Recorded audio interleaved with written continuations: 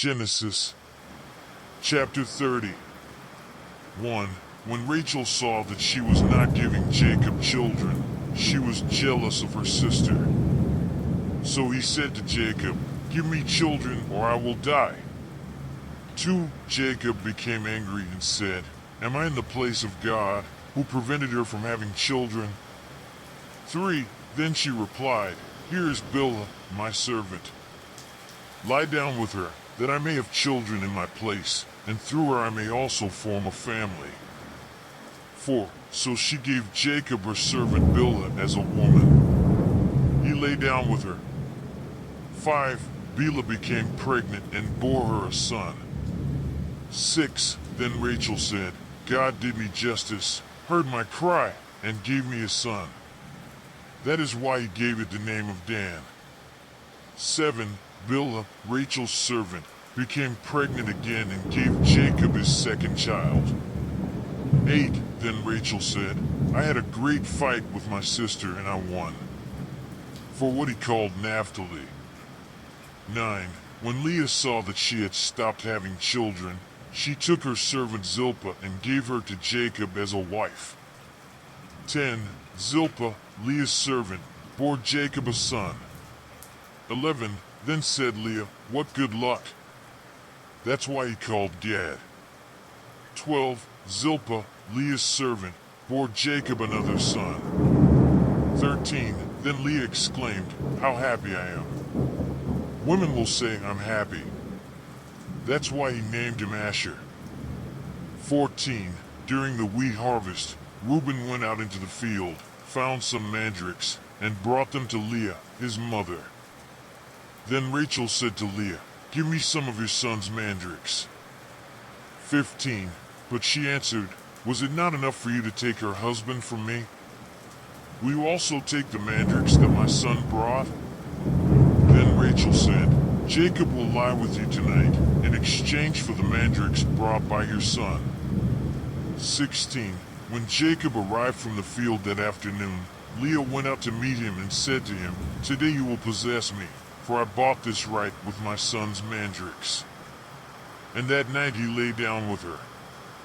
17. God heard Leah, and she became pregnant and gave Jacob her fifth child.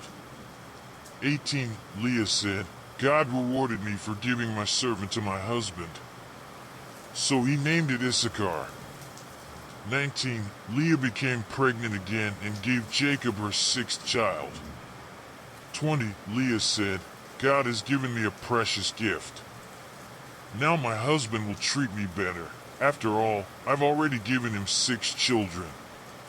That is why he gave it the name Zebulun.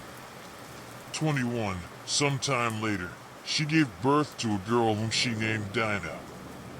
22. Then God remembered Rachel. God heard her cry and made her fertile. 23. She became pregnant, gave birth to a son, and said, "God took my humiliation from me." 24. He named him Joseph and said, "May the Lord add to me yet another son. Jacob's flocks grow." 25. After Rachel gave birth to Joseph, Jacob said to Laban, "Let me return to my native land." 26. Give me my wives, for whom I have served you, and my children, and I will depart. You well know how hard I've worked for you. 27.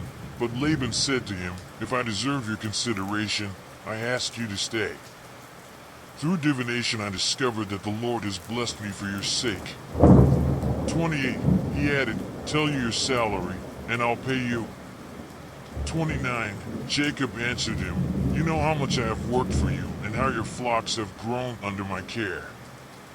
30. What little you had before my arrival has greatly increased, for the Lord blessed you after I came here. But when will I do something for my own family?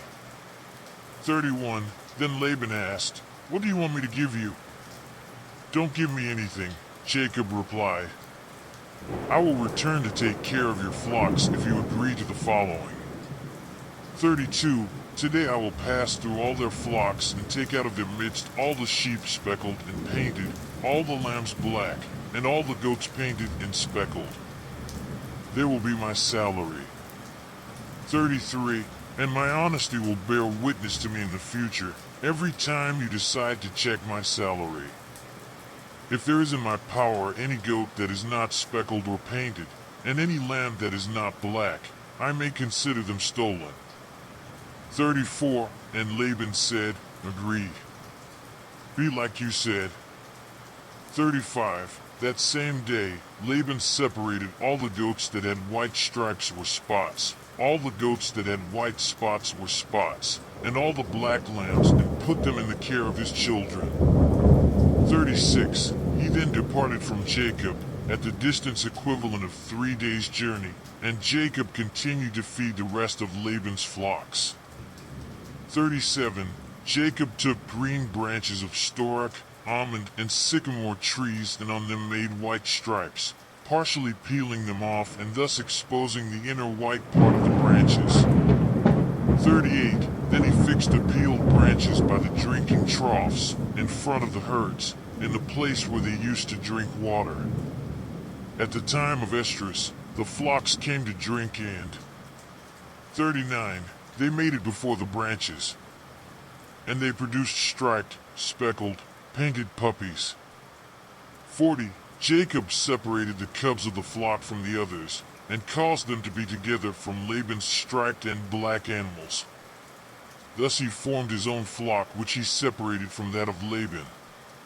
41. Every time the stronger females were in heat, Jacob would place the branches in the troughs in front of the animals, so that they would mate near the branches.